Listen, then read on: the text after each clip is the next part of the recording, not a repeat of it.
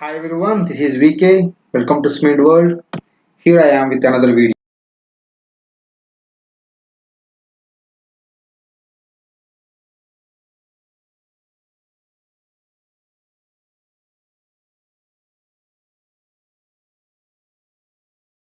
In this video, we're going to cover up all these topics: toothing, general toothing geometry, modifications, manufacturing, and standards and calculations, standards, calculation methods, comparison, and type of toothing failures. Requirement for cylindrical gears: a cylindrical toothing, working cylinders with a parallel axis, low transmission by firm contact. And requirements: uniform variation of speed and torque, low vibration excitation, high power density, easy manufacturing, high reliability.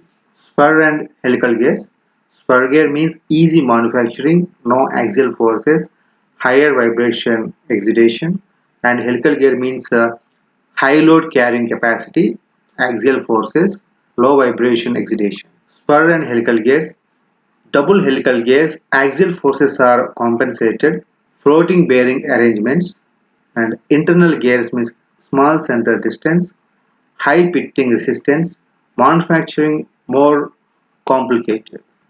Toothing rule: general toothing and involute toothing. Line of action you can see here, gear to gear meshing. Line of action is sum of all contact points of flanks. Advantages of involute teeth: equal velocity along the line of action, easy and accurate manufacturing, one tool for different number of teeth, insensitivity of variation in center distance, constant load angle, existing and proofed calculation procedures. Generation of an involute: rolling of a thread form a circle and the fixed end of the thread describes the involute. Only the base circle determines the involute. Length of path of contact is a part of line of action where the contact between the two flanks takes place, and start of contact, pitch point, end of contact, single contact area. Profile contact ratio: double contact means a single contact, profile contact ratio. Generation of helical gearing, you can see here. Tooth modifications overview, profile modifications, longitudinal modifications,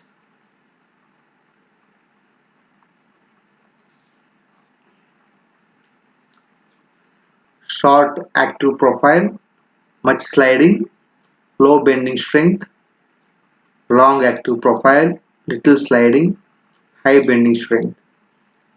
Manufacturing steps of the process: gear manufacturing, forging, rough turning, shaping, heat treatment, and grinding.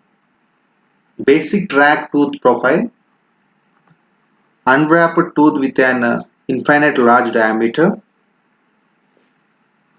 For the basic rack profile, the tip line is tangential to DA, the root line is tangential to DF, the flanks are straight lines.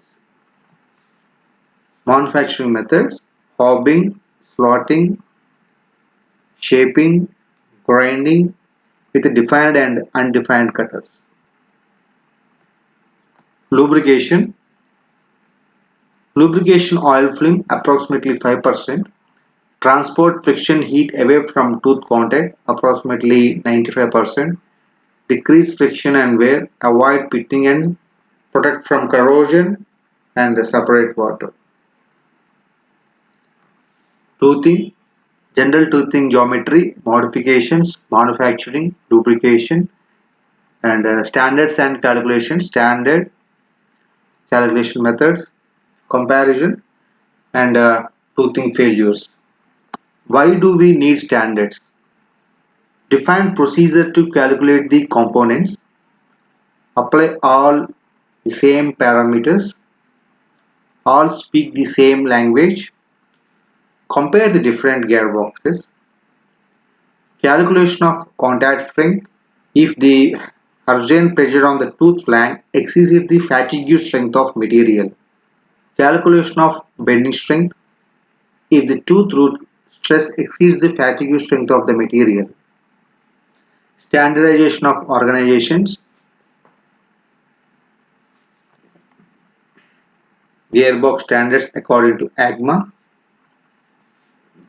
Toothing standards. The difference between AGMA and IS4. Main factors.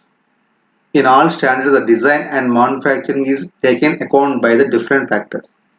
Dynamic factor, overload factor, size factor, load distribution factor. Comparison.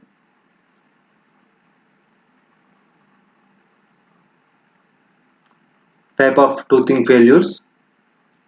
Micro pitting, scuffing, wear, fracture, macro pitting.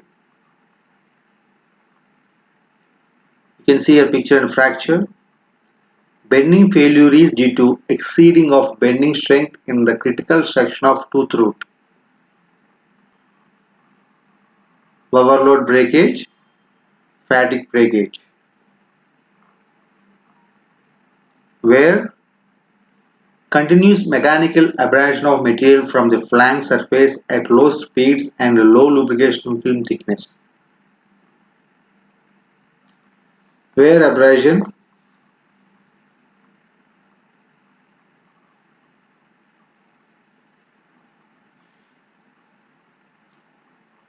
Design and safety limits.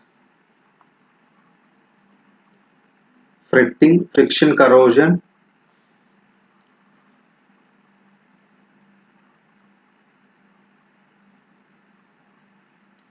Polishing.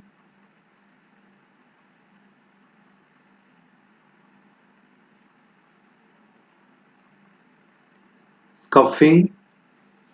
Scuffing is an immediate damage of tooth flanks due to welding as a result of breakdown of lubrication and cooling.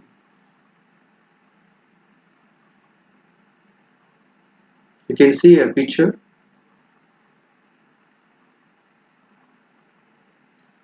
Micro pitting. Micro pitting is a lubrication oil induced damage of outer flank surface.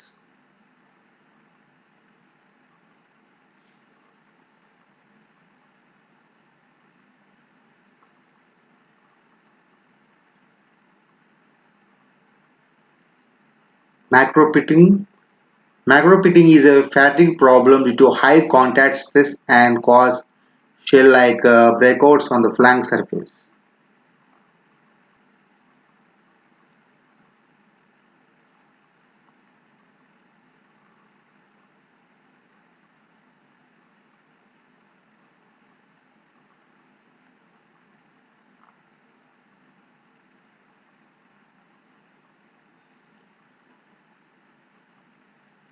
You can see here different type of failures: overload breakage, fatigue breakage, pitting and scuffing, and wear.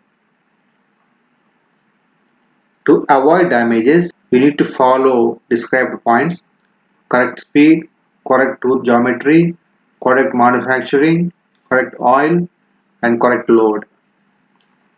Design measures for scuffing, for wear, for pitting, and for fracture.